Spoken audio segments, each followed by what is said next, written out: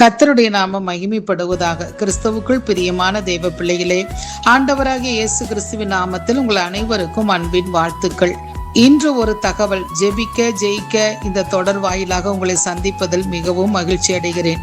இந்த நாளிலும் கூட சங்கீதம் 20 அதிகாரம் 4 அவர் உமது மன விருப்பத்தின்படி செய்து உமது ஆலோசனைகள் எல்லாம் நிறைவேற்றுவாராக என்று சொல்லி தாவீது குறிப்பிடுகிற இந்த வார்த்தையை நாம் சற்று தியானிக்க போகிறோம்.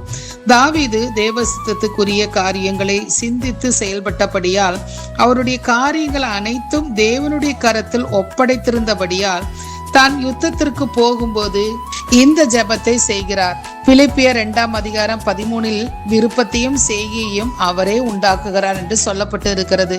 தேவ பிள்ளைகளாய் கிறிஸ்துவுக்குள் வாழ்கிறவர்களுக்கு இந்த வசனத்தின்படியே நடக்கிறது.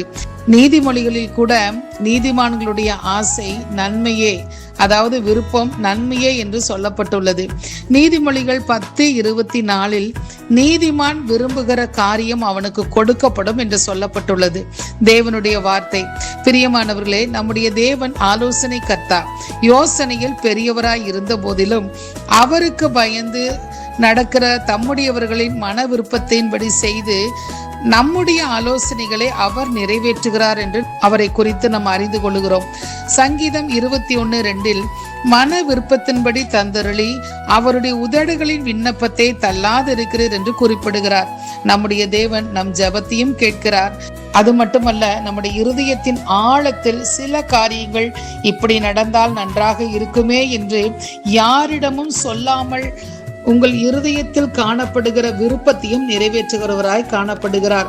நம்மை அவர் ஆராய்ந்து அறிந்திருக்கிற தேவன் நம்முடைய தேவன். நம் நினைவுகள், சிந்தையின் தோற்றங்கள், எண்ணங்கள் இவைகள் மனுஷனால் அறிந்து கொள்ள முடியாது. ஆனால் எல்லாவற்றையும் நம்மை உருவாக்கி உண்டாக்கி ஆளுகை செய்து கொண்டிருக்கிற நம்முடைய தேவனாகி கர்த்தர் அறிந்திருக்கிறார்.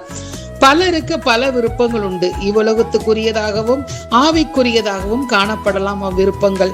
ஆனால் தாவீதுக்கு 2 விருப்பங்கள் காணப்பட்டது. ஒன்று, தேவனுக்கென்று ஆலயம் கட்ட வேண்டும் என்று. 1 நாளாகமம் 17 அதிகாரம் 12 கூட தேவன் தாவீதிடம், உன்னுடைய கைகள் யுத்தத்தின் மூலம் அநேக இரத்தத்தை சிந்தினபடியால் நீ எனக்கென்று ஆலயத்தை கட்டவையாது, உன்னுடைய மகனாகிய சாலமோன் எனக்கென்று ஆலயத்தை கட்டுவான் என்று சொல்லி தேவன் அவனுடைய விருப்பத்தை அவனுடைய மகனாகிய சாலமோனை கொண்டு நிறைவேற்றுகிறதை நாம் பார்க்கிறோம். தாவீதுக்கு இன்னொரு விருப்பம் கூட காணப்பட்டது. சங்கீதம் 73:25 பூலோகத்தில் உம்மை தவிர வேற விருப்பம் இல்லை என்று தாவீது குறிப்பிடுகிறார். தாவீது தேவனை அவ்வளவாக நேசித்தபடியால் இப்படிப்பட்ட வார்த்தையை சொல்லுகிறதை நாம் பார்க்கிறோம். அதனால்தான் தேவன் கூட தாவீதை தன்னுடைய இருதயத்துக்கு ஏற்றவனாக கண்டேன் என்று சொல்லுகிறார். பிரியமான தேவ பிள்ளைகளே, உங்கள் மன விருப்பம் என்ன? இவ்வுலகத்தை சார்ந்ததா? இவ்வுலகத்துக்குரியவைகளாய் இருந்தால் அவைகள் அழிந்து போகக்கூடியதாக காணப்படுகிறது என்பதை நாம் அறிந்து கொள்ள வேண்டும். இல்லாதவைகளின் மேல் உங்கள் ஆத்துமா விருப்பமுற்று அவைகளை பெற்றுக்கொள்ள வாஞ்சிக்கிறீர்களா? உங்கள் விருப்பம் உலக உறவுகளின் மீதா, இல்லாத ஐஸ்வர்யத்தின் மீதா, அல்லது எல்லாவற்றையும் படைத்தவர் என்னுடன் இருந்தால் போதும், அவர் படைப்புகள் என்னை தேடி வரும் என்ற விசுவாசத்தின் பேரிலா? யோசித்து பாருங்கள்.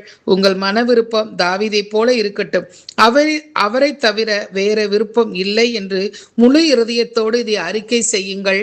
நிச்சயமாக தேவனுடைய ஆசீர்வாதத்தை பெற்றுக்கொள்வீர்கள்.